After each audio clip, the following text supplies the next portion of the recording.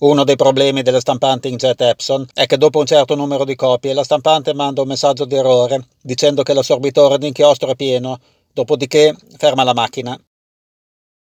Comunque i tamponi dell'inchiostro di scarto raramente sono pieni quando arriva il messaggio di errore, quindi spesso l'unica cosa che si deve fare è resettare il contatore. Purtroppo non ci sono procedure di reset come nelle stampanti Canon. Le procedure gratuite che si trovano in rete spesso non funzionano o funzionano solo per i vecchi modelli. Per resettare l'assorbitore d'inchiostro di una stampante Epson è necessario comprare una chiave di reset da qualche parte. Comunque non tutti questi servizi funzionano e si rischia di buttare via tempo e denaro, oppure si può avere il timore di scaricare programmi che danneggino il PC. Ho trovato un sito web che offre un servizio affidabile e facile per resettare il contatore dell'inchiostro di scarto delle stampanti inkjet Epson. Il link l'ho messo in descrizione.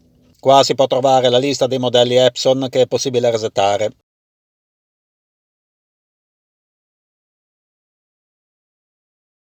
Qua c'è il loro indirizzo. A me piace molto quando vedo un indirizzo o una faccia vera, non una ragazza photoshopata. Molto spesso vedo siti web senza un indirizzo, persino senza una nazione.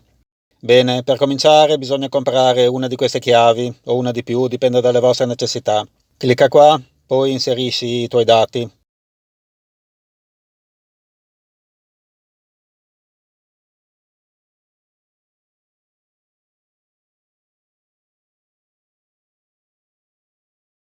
Usa la modalità di pagamento che preferisci.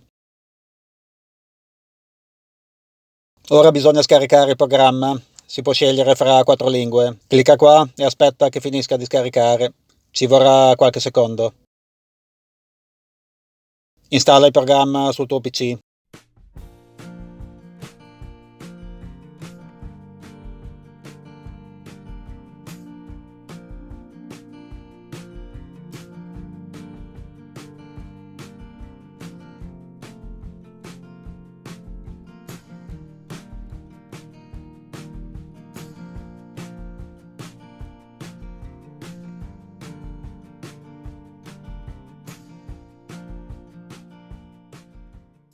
Una volta finito, apri il programma.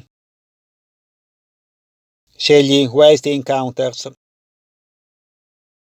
Il programma rileverà la stampante automaticamente. Cliccando qua si può leggere lo status dell'assorbitore d'inchiostro della tua stampante. Clicca su Reset Waste Encounter, inserisci la chiave che ti è stata fornita. Clicca su OK. Spegni e riaccendi la stampante.